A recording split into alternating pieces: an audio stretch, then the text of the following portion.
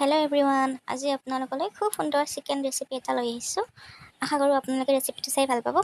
এই যে চিকেনখিনি দেখিছে, এইখিনি মই নেমু টেঙা সানি আধা ঘণ্টামানৰ কাৰণে মেৰিনেট কৰি থৈ দিম। আৰু এতিয়া উতলা গৰম পানীৰে মই মাংসখিনি 2-3 বাৰ ধুই ল'ম আৰু তাৰপিছত এবাৰমান ঠাণ্ডা পানীৰে ভাল। আৰু এইফালে মই পিঁয়াজখিনি আধা ভজা হোৱাৰ পিছত ইয়াত মই নহৰু দিছোঁ। এতিয়া নহৰুখিনি ভালকৈ ভাজি ল'ম। আৰু এইখিনি হৈছে আদা বটি থোৱা, আৰু এইফালে এইখিনি হৈছে পিঁয়াজ, এইখিনি মই বটি থৈ দিছোঁ। আৰু এইখিনি আলু মাংস দিবৰ কাৰণে ভাজি থৈ দিছোঁ।